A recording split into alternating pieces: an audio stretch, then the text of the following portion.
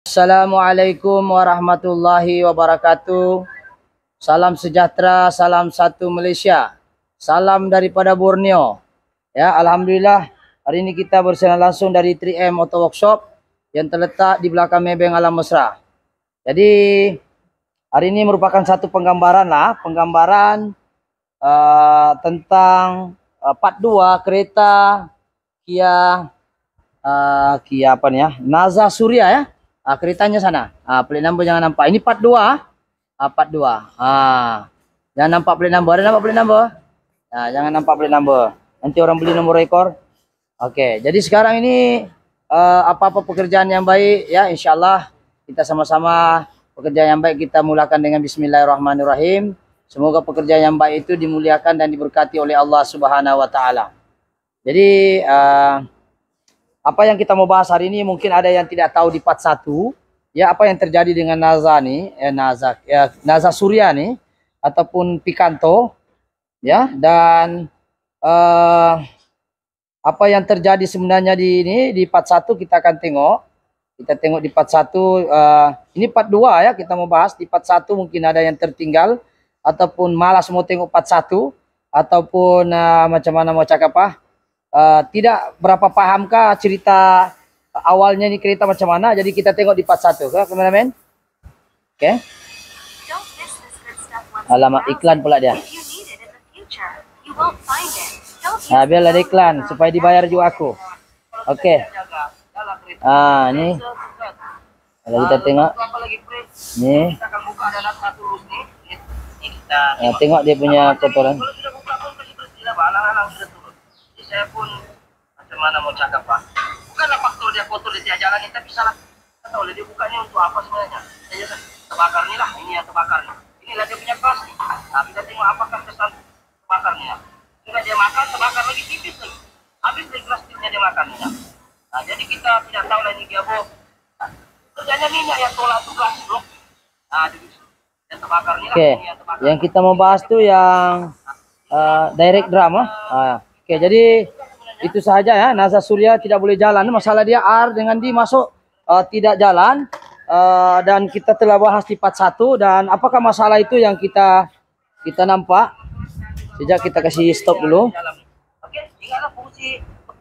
Jadi apa yang kita mau bahas part 2 ini adalah kesinambungan daripada part 1. Di mana yang kita bahas di part 1 itu adalah adakah direct drum ini ada jual atau tidak. Orang ada jual satu-satu, ada, tapi second hand lah. Dan ini yang lama punya, yang baru tuh sudah masuk di dalam. Yang ini coba kameramen tengok nih. Ini yang kita bahas di part 1 nih, calar nih. Ya, calar dia. Oke. Jadi sekarang saya hold dulu sekejap, saya ambil saya punya laser dulu yang tengah cas. Hold dulu supaya duration kurang. Oke, jadi sekarang ini kita revise balik sedikit-sedikit, mungkin ada yang tertinggal di part 1. Part 1 itu hari kita bahas tentang yang ini, kita tidak bahas lagi lanjut, yaitu terbakar dan makan. Inilah faktor utama. Yang kedua juga ini masalah sumbat. Ini kita sudah ganti ya. Filter dia sudah kita ganti, nanti kita kasih sini. Jadi yang kita mau bahas di sini ialah satu ya, kelas landing terbakar juga kita sudah bahas di part 1. Hangus sudah nih. Saya kameramen tengok nih, hangus hitam legam. Ya macam bentuk kuali pun ada. Ini terbakar. Lepas itu dia punya bel dia. Ini brake bel. Dia ada brake bel dia nih, makan tuh. Ini pun kita sudah nih tukar yang baru. Dan apa yang kita mau bahas di sini adalah lebih pada isu solenoid. Dan sekarang ini kita tengok ya, bila kita body valve nih, umpama yang kita mau bahas yang ini adalah di part 2 adalah body valve dengan solenoid serta komponen-komponen yang berkaitan dengan dia selepas pemasangan. Jadi kita bahas dulu untuk body valve. Oke, body valve ini dia ada 3 layer. Dan setiap layer ini dia ada bearing dia. Coba kita tengok layer yang paling ini sekali, yang first. Dia ada bearing dia 1, tengok yang bulat-bulat nih. Ini bearing dia 1. Ini satu bearing, nampak bearing nih. Ini bearing adalah sebagai satu switching dia ataupun stopper minyak ya, secara hidrolik punya. Ini 1, 2, 3, 4, 5. Betul lah. 6. Ini ada satu lagi, tengok. Kita tengok. Sebelum kita buka nih kena gambar dia, dan masa kita buka kena angkat nih plate. Contohnya dia punya plate tuh begini. Kita kena pegang ini plate, serentak pegang. Jangan dilepas kalau dia tertonggeng ke bawah begini. Nanti ini pelor dia, ini bearing dia, kalau dia lari daripada lokasi, kita susah mau tengok di mana satu bearing dia nih. Jadi untuk yang paling atas nih kita tengok 1, Sekali lagi ya. 1, 2, 3, 4, 5, 6, 7. Untuk lapisan yang pertama di atas ada 7 ah. 7 bearing ah. Betul? 7 bearing. Nah, yang kedua, lapisan kedua yang ini 7 bearing. Ini yang kedua punya. Ada 5 bearing tak silap saya. 1, 2, 3, 4, 5. Ah, itu dapat 5. Ah, ini kita sudah bersihkan ah. Sebelum kita bersihkan, sebab orang saya ini terlampau rajin. Awal dia kasih bersih, jadi kita tengok yang sebelum dia kasih bersih body buff nih. Body buff nih sangat penting untuk kita bersih sebab dia adalah jalur minyak. Bila kita nak tekan minyak tuh dia ada jalur-jalur dia. Jadi sebagai satu dia punya laluan minyak. Kalau macam sawah padi dia punya terusan lah. Dia punya laluan-laluan parit tuh minyak lalu pergi mana, pergi reverse, pergi gear 1, gear 2, lock up. Semua ini dia melalui parit-parit tadi. Jadi parit-parit ini tidak boleh kotor ah. Jadi kalau kita nampak sebelum dia bersihkan yang ini.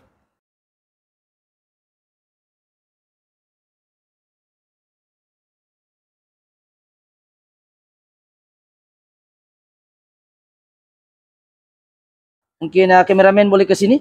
Ini keadaan dia yang kotor body buff ini kita sudah cuci dan letak minyak baru. Ini kita tengok kotoran di body buff tuh. Macam manalah itu body buff tuh mau cantik dia punya aliran minyak kalau begini berkeladak, bertaik nih. Ini jangan kau tengok yang baru ini kita sudah cuci ya. Ini yang dia punya asal nih. Kita belum cuci ya, kotor. Jadi macam mana minyak mau lancar pertukaran gear kalau dalam keadaan dia kotor. Ini ada video lagi orang saya hantar di grup saya. Nih. Ini proses setelah service itu buff body. Saya sedang buka. Saya buka pun hati-hati. Tadi saya sedang buka. Tuh, ini keadaan dia kotor dan berkeladak. Kalau kita nampak nih sebetulnya tadi saya suruh dia jangan cuci dulu. Dia sudah cuci tapi dia sudah video lah. Jadi kita boleh share di sini video memang teruk lah. Memang ini orang cakap ini kalau orang itu kuman sudah sampai di leher. Belum sampai kepala otak lah baru sampai di leher. Sumbat habis. Tuh tengok kotoran-kotoran tuh. Gara-gara tidak ikut kilometer, kita tengok body buff tuh teruk lah. Inilah yang kalau kita gambar, nampak nih. Keladak tuh. Boleh kameramen jelaskan dari sana? Aku pun tidak tahu. Jelas jelas Oke. Jadi kita tengok dia punya apa nama? Dia punya body buff nih memang ini sudah dibersihkan. Kita tengok. Ini bearing-bearing kita marking dia. Saya punya orang saya sudah suruh dia marking. Mesti buat kerja ikut SOP dia lah, kena marking tu bearing. Takut kita terlupakan tidak sengaja. Jadi sekali lagi nih setelah kita cuci dan bersihkan dan minyak yang kuning-kuning merah-merah ini minyak baru. Setelah orang cuci pakai diesel, kami cuci pakai diesel saja. Kasih bersih, tembak angin, kasih bersih. Lepas tu ketika kita cuci kita tengok nih, kita tengok mana ya valve yang sumbat, kita tengok begini spring, tengok itu piston valve dia ini namanya piston valve. Kalau dia oke, janganlah kasih keluar. Tapi kalau dia kita tekan pun dia nak melawan, tengok kalau dia spring dia bagus, ada apa yalah kita nih ya. Macam ni kita tengok mana yang jam. Ini piston dia kita ni lah. Macam ni kita tekan. Tuh kameramen boleh nampak tak tuh? Tuh tengok batang ni dalam batang ni. Kita tengok sini, kita tekan sini, kita tengok batang sap tu panjang dari ujung. Kalau dia panjang kita buka ini, kita cuci. Tapi kalau dia cuci saja pun boleh juga. Nah nampak kalau dia boleh begini, mananya tidak jam. Gitulah. Ini pun samalah. Jangan ada jam. Tekan dia kalau tidak jam, oke. Dia tekan, tidak jam. Tekan, tidak jam. Jadi kalau kita tekan dia tinggal dalam, kena bukalah, buka ini pin, cuci dia bersih-bersih. Tapi kalau boleh kalau boleh gambar dulu, terutama bahagian bearing-bearing nih ataupun orang panggil pelor. Dia punya pelor-pelor ini sebagai satu dia punya mechanical stopper. Dia tutup bila ada minyak, bila tidak ada minyak dia tutup. Itu gitulah mekanisme dia lebih kurang. Jadi jangan tersalah bearing nih. Ini bearing kalau salah duduk boleh jadi ribes saja, tidak dapat maju ataupun maju saja tidak dapat ribes. Boleh jadi juga itu pemasangan bearing yang salah. Sebab itu bila kita buka, contoh macam ni kan, kita buka begini. Contoh kita buka lah begini. Contoh kita buka begini. Bila kita buka, dia kan tertonggeng begini. Duduk begini. Contoh. Jadi jangan sampai dia jatuh lah. Jangan sampai dia jatuh. Kita pegang sama ini plate dia. Sebab bila dia sudah jatuh begini, kedudukan bearing ini kita tidak tahu.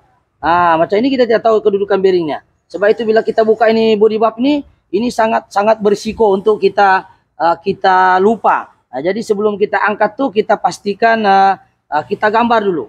Dan bila kita buka ni plate ni mesti dia duduk begini.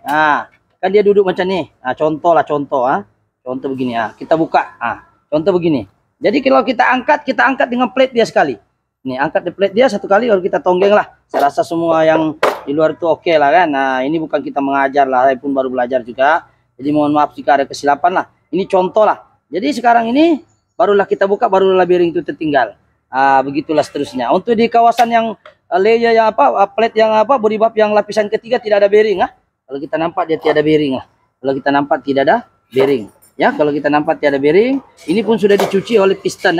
Piston dia sudah dicuci. Aliran-alirannya macam sarang-sarang semut nih. Ini macam sarang tebuan pun ada. Anai-anai punya sarang ini disebut sebagai body valve. Aliran minyak tuh. Bila perlu minyak itu lalu ke reverse, bila perlu minyak itu lalu ke lock up itu converter, atau converter bila itu perlu pertukaran gear 1 2 3, minyak mana laluan dia, mana mau tutup. Inilah parit-parit dia nih. Body valve lah ini sebagai satu saluran dia. Maksudnya laluan untuk minyak tuh sebelum sampai ke komponen-komponen di sini. Oke, jadi ini body valve sangat penting. Jadi yang perbahasan kedua yang kita mau bahas di sini adalah kita nampak dia kotor sudah kita bersihkan. Yang ini adalah solenoid dia.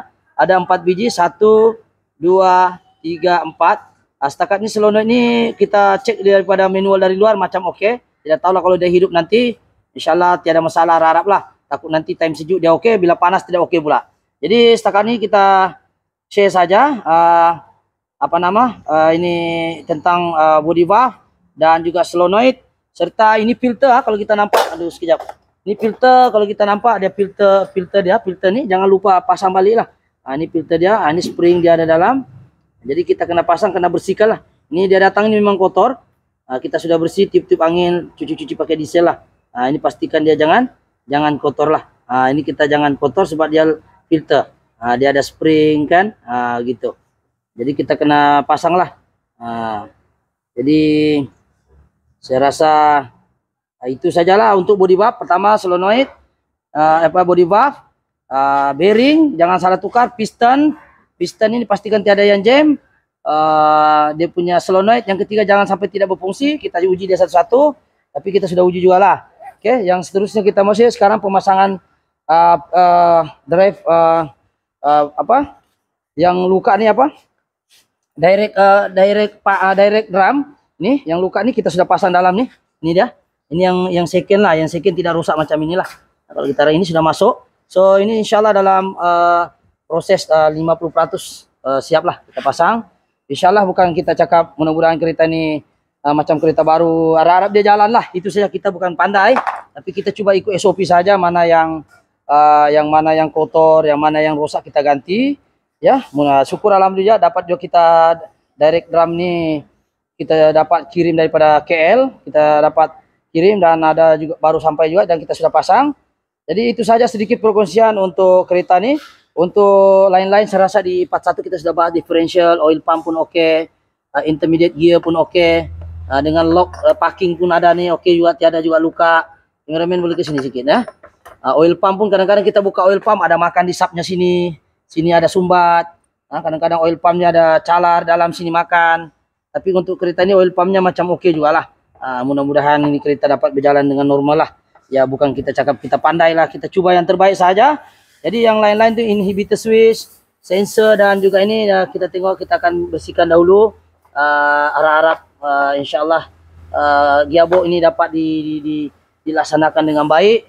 Dan apa yang penting di sini kita mau cerita adalah supaya benda ini dapat disiapkan dengan segeralah. Kalau boleh, kalau tidak boleh apa boleh buat, kita buat step by step saja. Harap-harap benda ini berjalan dengan lancar. Oke, itu saja setakat ini perkongsian, sebab video ini hari ini ada 3 video. Penat juga saya bercakap ini, kesian. Mudah-mudahan ilmu yang serba ringkas ini sedikit memberi manfaat. Jadi apa yang kita bahas di part 2 ada 3 barang, yaitu solenoid dia yang sana. Yang kedua body valve ada 3 layer. Yang ketiga berkaitan dengan pelor dia, susunan dia jangan terbalik. Dan ternyata setelah kita buka memang kotor dan sumbat. Jadi itu saja setakat ini perkongsian untuk part 2. Insyaallah sekiranya video ini bagus, mohon like, subscribe ataupun share. Ataupun boleh komen-komen juga. Mungkin Anda menghadapi masalah kereta yang bila masuk R dengan D. Setelah masalah mechanical cable sudah cek, ya, masalah sensor sudah cek, wiring tidak putus, ya, minyak cukup, filternya apa semua, tapi still tidak jalan. mungkin terpaksa juga kita overhaul. Dan juga mungkin Anda boleh komen, mungkin ada sedikit pendekatan yang lebih baik daripada saya pun boleh komen. Ya, mungkin Anda juga mekanik yang mantap barangkali boleh share di ruangan komen. Cuma apa yang saya boleh cakap, saya pun ini bukan pandai tapi baru belajar juga insyaallah. Jadi apa yang baik itu semua daripada Allah, bukan daripada kepandaian saya. Tapi apa yang lemah itu sebab kelemahan saya sendiri, mungkin tidak belajar lagi atau macam mana. Jadi apa yang penting, bila kita tahu satu benda itu, kita share saja. Mudah-mudahan ilmu yang sedikit itu dapat memberi manfaat pada orang lain. Oke, jadi itu saja. Kalau video ini bagus, kasih subscribe, kasih share dia, kasih like dia, kasih kongsi dia ramai-ramai. Ya, sebab untuk gearbox ni nampak saya macam simple, tapi kena ingat bila dia rosak memang memakan kos yang sangat tinggi. Sebab itu banyak kali saya cakap di part 1 juga, masalah ini berpunca daripada tidak servis minyak ATF ikut kilometer. Itu sahaja masalah dia, masalah asal dia. Sepatutnya kereta setiap 50.000 ganti filter dengan minyak, setiap 25.000 atau 20.000 ganti minyak saja. Maknanya 2 kali ganti minyak, sekali ganti filter dengan minyak ATF. Ya, jadi mohon maaf jika ada kekurangan. Oke, itu saja. Sekian. Assalamualaikum. Thank you.